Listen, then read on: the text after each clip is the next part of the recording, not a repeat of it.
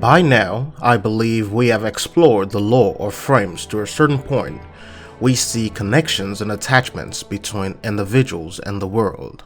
This same information can be used to our advantage as we explore the unknown. Pages become opened and chapters become even clearer. Today we will learn about Garuda, the Gore coin or the Gore frame, and we will do so right here on Warframe Explained.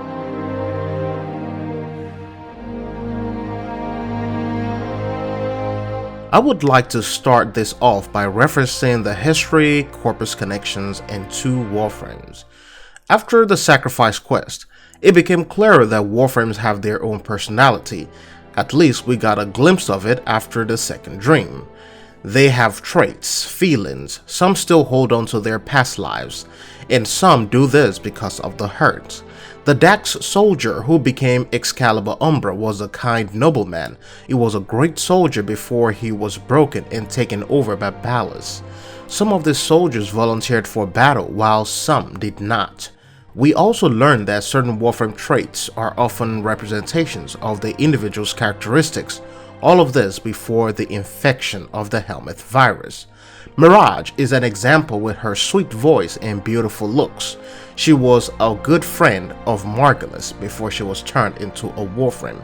Limbo, a mathematician. Vauban, a tactician with a will of thunder. Excalibur, a swordsman. While the helmet virus hardened the warframe's shell and gave them superhuman feet, it is now understood that you cannot heighten a feature that wasn't already there. Hence, Garuda was already a soldier with a passion for decapitation, and of course, she had a lust for blood. But then the question rises, what heightened the senses? What made it more severe? Our answers can be found in two warframes linked to the height of the Corpus Empire. Let's take a brief look at Korra and Valkyr. In the lore of Valkyr, it was revealed that the female frame was experimented upon by Alad V. She spent years as a Corpus lab rat. The experiments and the torture pushed her to the brink of death or extinction, and of course, this awakened the ultimate ability, a hidden power. Emotions that was developed and kept in for a long time came out to the open. The lady became enraged and unleashed all her anger upon the Corpus. Thus, this etheric frame was reborn. The same goes for Korra as the Grineer encountered her, and of course the same will go for Garuda. What these three frames have in common is the Corpus connections, and of course the understanding of pain, the plight of the Solaris. While the Corpus were once looked at as just a greedy corporation, visiting Fortuna and interacting with the natives revealed the torture they all had to go through if you work for the Corpus. This shows us that if they can do that to these people who work for them, if they can torture a warframe to the brink of death, then what did they do to Garuda? Combining the mythology and the origins of the frames tells us that Garuda is indeed the voice of the Solaris United. Yes, Vox Solaris is the face, but Garuda is their vengeance. The speculation here is that Garuda, Korra, and Valkyr must have been kept around the same time or in the same laboratory, and have seen pain through each other's eyes.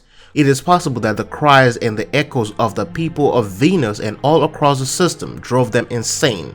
As we know, these warframes can act on their own without a tenor or Orokin controlling them. And while Valkyr decided to go on a rampage across the system, Korra decided to go in a different direction, and Garuda decided to stay on Venus.